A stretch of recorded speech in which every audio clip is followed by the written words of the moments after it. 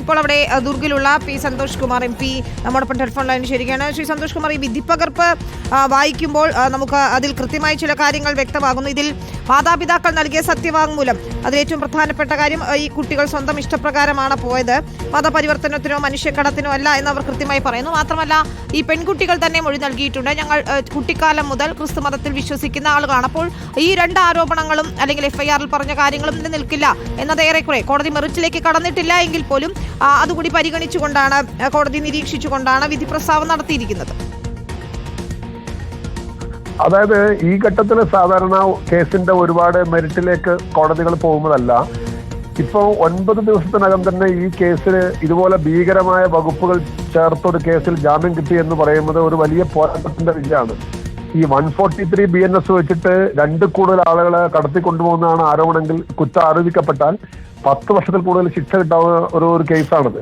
പക്ഷെ അത് ഇത്രയും പെട്ടെന്ന് ഒരു നീതി ലഭ്യമാക്കിയത് നമ്മൾ ആകെ നടത്തിയ ഒരു വലിയ പോരാട്ടത്തിന്റെ ഫലമായിട്ടാണ്. ജനപ്രതിനിധികൾ, കേരളമാകെ, മീഡിയ ഒക്കെ അതിന്റെ കൂടെ നിന്നു. പെൺകുട്ടികളുടെ കാര്യത്തിനകത്ത് അവര് അല്പം മുൻപ് വരെയും നാരായൺപൂരിലെ CPI ഓഫീസിലാണ്. അവർ അവിടെ പോലീസ് സ്റ്റേഷനിൽ പോയപ്പോൾ ദുർഗിൽ പോയി പരാതി കൊടുക്കണമെന്നാണ് അവരോട് പറഞ്ഞിരിക്കുന്നത്. പക്ഷെ അവർ ആദ്യഘട്ടത്തിൽ കൊടുത്ത മൊഴിയിൽ അവർ ഉറച്ചു നിൽക്കുന്നു. അങ്ങനെ പരിവർത്തനത്തിന്റെ ശ്രമമോ അല്ലെങ്കിൽ മറ്റൊന്നും ഉണ്ടായിട്ടില്ല എന്നാണ്. പെൺകുട്ടികളെ തന്നെ മൊഴി ആദ്യം ബജ്രംഗ് ദൾ അടിച്ചു പറയിപ്പിച്ചതാണ്.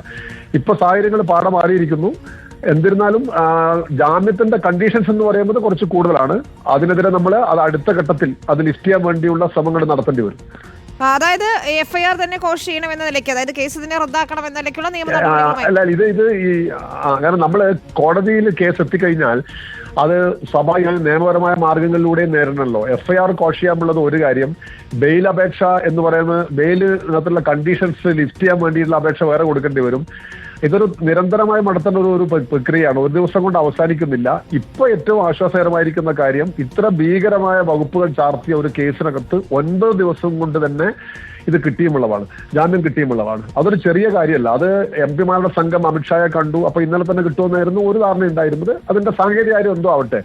പക്ഷെ ഇത്രയും മനുഷ്യരും ഇത്രയും പ്രസ്ഥാനങ്ങളും ഒരു നാടും ഒരുമിച്ച് നിന്ന് ഇതൊരു വലിയ സംഭവമൊക്കെ എടുത്തില്ലായിരുന്നെങ്കിൽ ഇങ്ങനെ കിട്ടുമായിരുന്നില്ല. അപ്പൊ അത് സ്വാധീനിക്കപ്പെട്ടിട്ടുണ്ട്.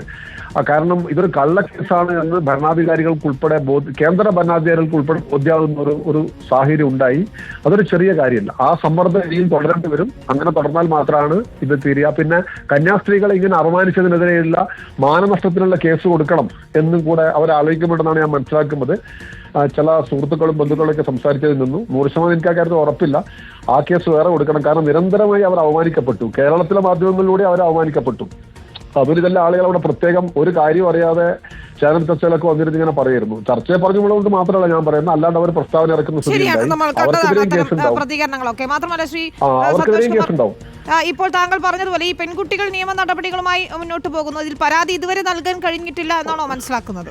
ഇതാ നോക്കൂ, പെൺകുട്ടികളെ നാരായൺപൂരിലെ CPI ഓഫീസിൽ നിന്ന് പാർട്ടി ജില്ലാ സെക്രട്ടറിയോടൊപ്പം പോയി ഞാൻ അവിടെ കണ്ടു. ബന്ധുക്കൾ ഉൾപ്പെടെ മാതാപിതാക്കളും മറ്റു ബന്ധുക്കളും ഒക്കെ അവിടെ നാരായൺപൂരിലെ സ്റ്റേഷനിൽ പോയപ്പോൾ ദുർഗിലാണ് ഈ സംഭവം നടന്നിരിക്കുന്നത്, അവിടെ പരാതി കൊടുക്കണമെന്നുള്ള ഒരു വിചിത്രമായ മറുപടിയാണ് അദ്ദേഹത്തിന്റെ ഭാഗത്ത് ഉണ്ടായിരിക്കുന്നത്. അത് നിയമപരമായി നിൽക്കുമെന്ന് തോന്നില്ല.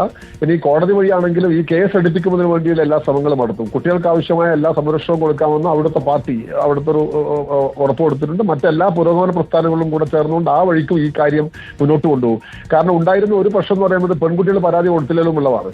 പക്ഷെ ഒരു കാര്യം കൂടെ ഞാൻ പറയാം, ഈ ജ്യോതി ശർമ്മക്കെതിരെ 2021 മുതൽ ഈ ദുർഗിൽ തന്നെ FIR നിൽക്കുന്നുണ്ട്. അതിന്റെ കോപ്പി ഞാൻ മാധ്യമങ്ങൾക്ക് പിന്നെ ഷെയർ ചെയ്യും. ആ 4 വർഷമായിട്ടും അവരെ അറസ്റ്റ് ചെയ്യാനോ ഒന്നും ചെയ്യുന്നില്ല. ഇവരൊക്കെ ഇങ്ങനെ നിരന്തരം ഇവിടെ ഇറങ്ങി നടക്കുകയാണ്. ഒരു തരത്തിലും പോലീസ് ഇടപെടുന്നില്ല എന്നൊരു പ്രശ്നവും കൂടിയുണ്ട്. ഇത് നമ്മുടെ നാടാകെ ഒരു വലിയ സമ്മർദ്ദം വരുത്തിയില്ലായിരുന്നെങ്കിലും ഇപ്പോഴും ഒരു സാധാരണ കേസായിട്ട് കണക്കാക്കി അങ്ങ് തള്ളി അതിന്റെ വഴിക്ക് പോകുമായിരുന്നു. ദിവസങ്ങൾ കഴിഞ്ഞാലും ജാമ്യം കിട്ടുമായിരുന്നില്ല. എന്തായിരുന്നാലും ഇതൊരു അസാധാരണ വിജയമാണ് സമീപകാലത്ത്. വളരെയധികം നന്ദി ശ്രീ സന്തോഷ് കുമാർ. അദ്ദേഹം ഇപ്പോഴും ഛത്തീസ്ഗഡിലെ ദുർഗിൽ തുടരുകയാണ്. കന്യാസ്ത്രീകളുടെ മോചനം അല്പസമയത്തിനകം ഉണ്ടാകും എന്ന് തന്നെയാണ് നമ്മൾ പ്രതീക്ഷിക്കുന്നത്.